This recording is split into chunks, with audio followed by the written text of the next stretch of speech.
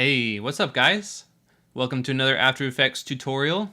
I'm Michael with Strange Shapes, and today we're making this digital decay effect with 0 third-party plugins. So yeah, let's just get to it, let's have some fun and make something weird.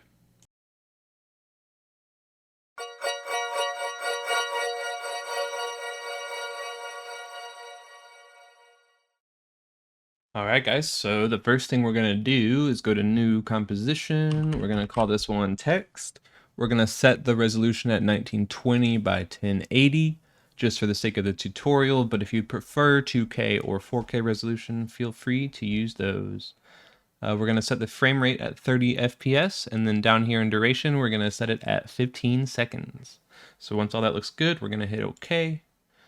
All right, the next thing we're going to do is we're going to come up here to the text tool in the upper left corner. Go ahead and click that, and then you can click anywhere in the frame. Type out whatever you want. I'm going to do thrash. We're going to align that text again with the align panel on the right, so vertically, horizontally, just like that. Again, if you don't see the align tab, you can come up here to window, make sure it's checked off. All right, that looks good. I'm actually going to scale that guy down a little bit just so that it has a little room to breathe. And then we're going to add an anchor point animation. So if you come over here to the thrash layer, hit the A key, it'll pull up the anchor point option. Then what we're going to do is come all the way up here to the pan behind tool right here. Go ahead and click that, then hold down Control and double click it, and it'll move the anchor point to the center of whatever layer you have. Now what we want to do is move the anchor point to the very top of this layer, just like that. If you hold down Shift while you drag it, it'll keep it in a very straight line. So go ahead and hold down Shift and drag it up to the middle. Then you're going to make sure that your timeline is all the way at the beginning. You're going to come over here, hit the stopwatch anchor point. We're going to move this guy up to about a second on the timeline. And then click, hold down Shift, drag him down to the bottom middle, just like that. So now it just does that little movement, which is fine. We don't see anything yet, but we will. Once we've done that, we're going to hit the layer again. We're going to hit the S key to bring up the scale options, move the timeline back to the beginning. We're going to unlink these options, so go ahead and hit that little chain button. We're going to hit the stopwatch here. The right parameter, we're going to make it 0. We're going to move the timeline up to about a second and bring it back where it was. Now, for a lot of you, it might be 100%, but if you did scale it down a little bit, it might be lower. So all that you want to do is just match the right side, the right option, with the left option. Just like that. All right, and then you're going to go to 2 seconds. Make that right parameter 0 again. So now it does this funky animation. Let's ease that out a little bit so you can select all the keyframes, hit the F9 key, or you can right click the keyframes, go to keyframe assistant and hit easy ease. So now it does this funky animation. Looks weird right now, but I promise it'll pay off. All right, the next thing we're going to do is make a brand new composition. So go over here to the new composition button, hit that. We're going to call this map. Everything else looks good. We're going to hit OK. All right, now up here, we're going to come up here to the shape tool. We're going to make sure it's on rectangle, and then you're going to hold down Control and double click it to fill the entire composition. This is exactly what we want. All right, and once we've done that, we're going to come up here to the fill option again, but we're not going to hit the actual rectangle. We're going to hit the word fill. We're going to bring that over just one so that it displays a linear gradient instead of the full rectangle, the full solid color. And hit OK. Going to hit the arrow. And it should look like this. Now we want to move this so that it looks a little differently. So we're just going to take this point right here, kind of angle it down. We're going to take this point and move it up. You just want kind of that solid white in the middle with a slight gray kind of gradient fading out. A little bit like a vignette effect, but not quite. Awesome. We're getting somewhere. All right, now after we've done this, we're going to come to this panel and we're going to right click in here, go to New, go to adjustment layer. All right, we can rename the adjustment layer fractal noise because that's the exact effect we're going to add to it. All right, now to add the fractal noise effect, we're going to come here to effects and presets, type in fractal noise. You can double click it, or if you need to, you can hold and drag it down to the layer. But as long as the layer is selected, it should just let you double click it to add.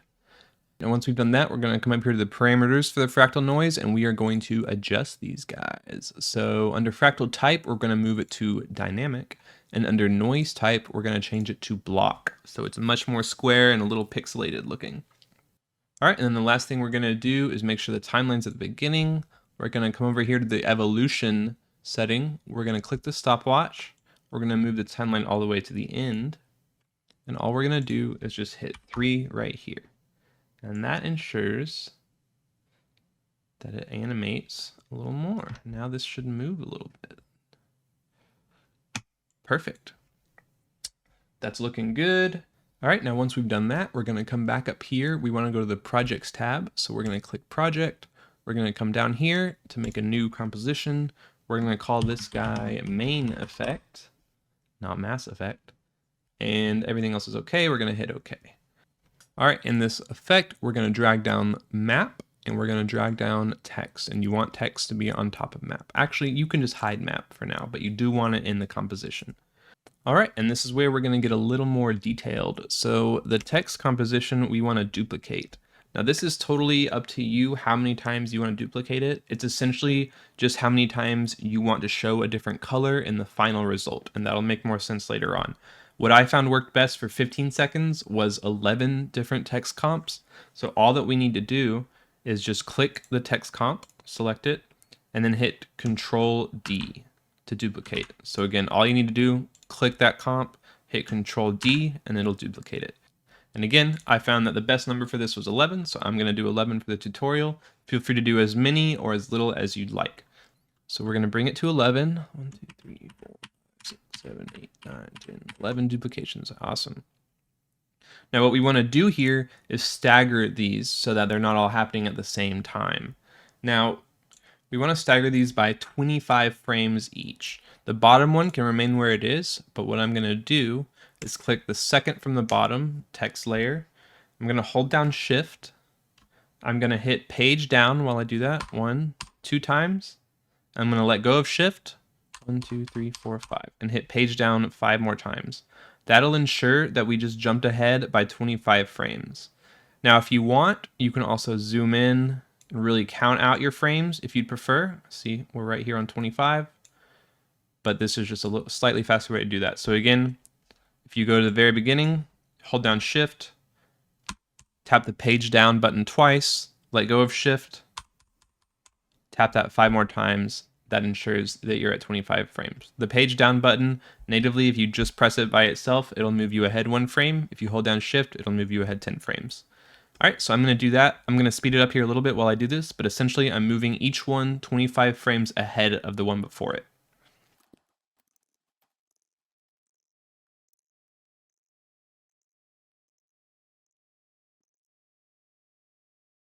All right, so now that we've done that, your composition should look something like this.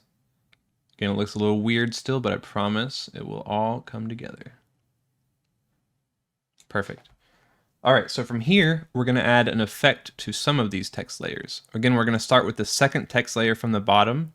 And it should be layer 10 if you have copied me exactly and the timeline is 15 seconds. If not, I would just start from the second one from the bottom. We're going to select that one. We're going to come back to effects and presets.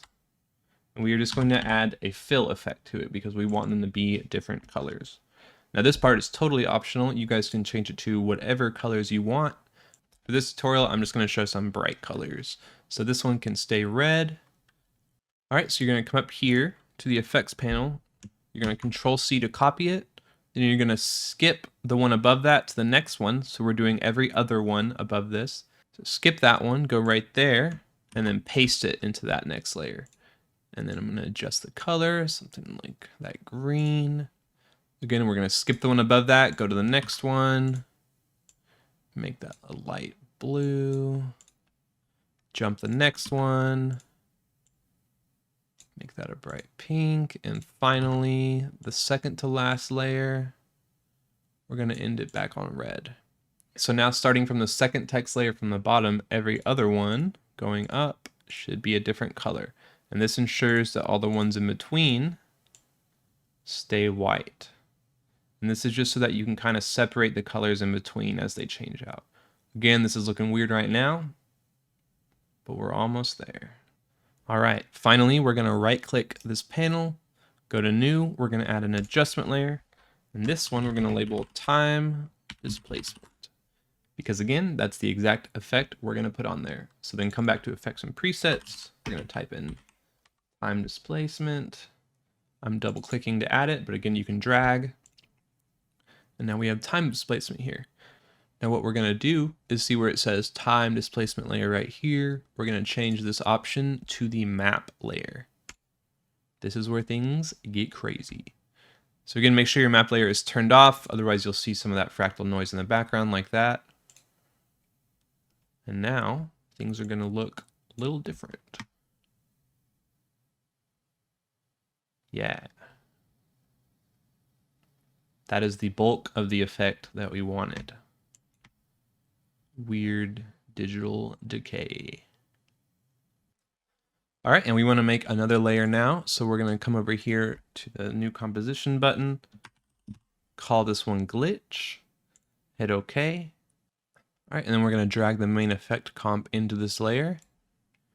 And we're going to duplicate it 2 times, Control D. All right, and we're going to add a new effect to each of these. So go ahead and select that bottom one, go to effects and presets, and we're going to type in ship channels because that's what we want. Ship channels. Now on the bottom one, what we're going to do for ship channels is under take blue from, we're going to put that full off, and take green from, we're going to make that full off so that it's just take red from and alpha. That looks good. Now we want to add this effect to the other 2 layers. So we're going to copy it, Control C, move to the next layer, Control V, paste it on. We're going to change this one though. We're going to turn off red, so make red go to full off. We're going to make green on. So just take green from green, blue can stay off. Now we want the top layer to have this effect too, so we're going to paste it on there. Again, turn off red, and we're going to make blue, blue. So take blue from blue. All right, now the effect isn't noticeable yet, aside from that blue color, but what we're going to do for each of these guys is bump them over a little bit. So all that you need to do, hit that top layer, and using the arrow key on your keyboard, we're just going to bump it over 3 frames. So go ahead and just hit that left arrow key 3 times. Now for the one underneath it, we're going to bump it over a little bit more. So bump it over 6. So top layer, bump it over 3. Middle layer, bump it over 6. And now,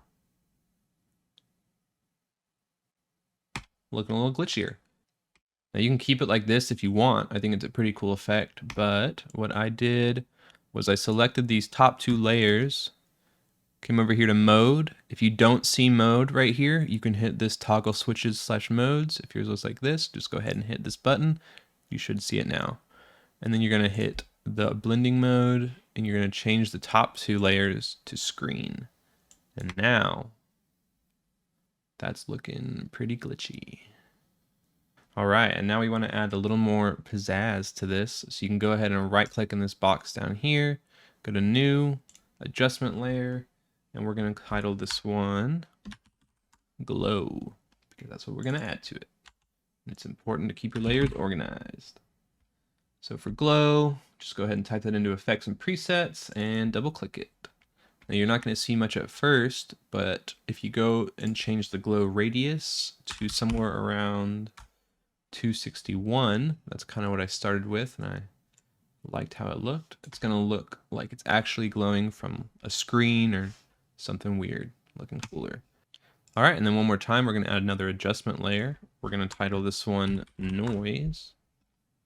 Come back to effects and presets, find some noise, add it to that. Now this also kind of depends on your personal preference. I set mine at around 42%, but if you like your image to look real grainy, staticky like that, you can set it to 100 or whatever value you want. I'm going to keep it at about 42 because I like the grain.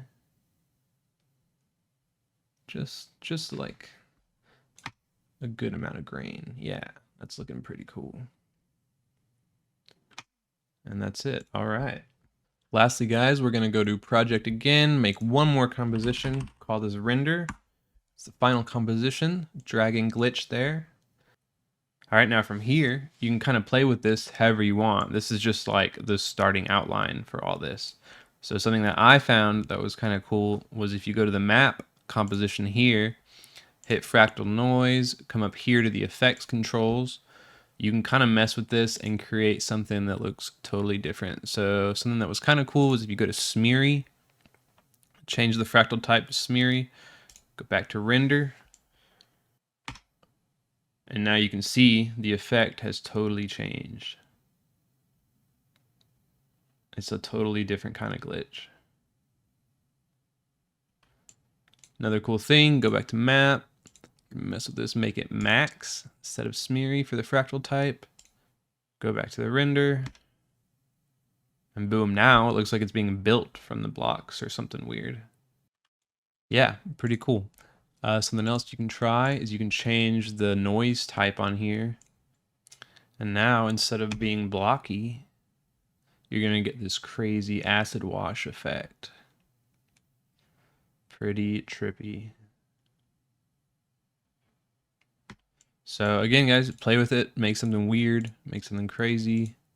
You can do all kinds of stuff. Let's try like one more thing, like max and swirl. All right, yeah, that's pretty wild.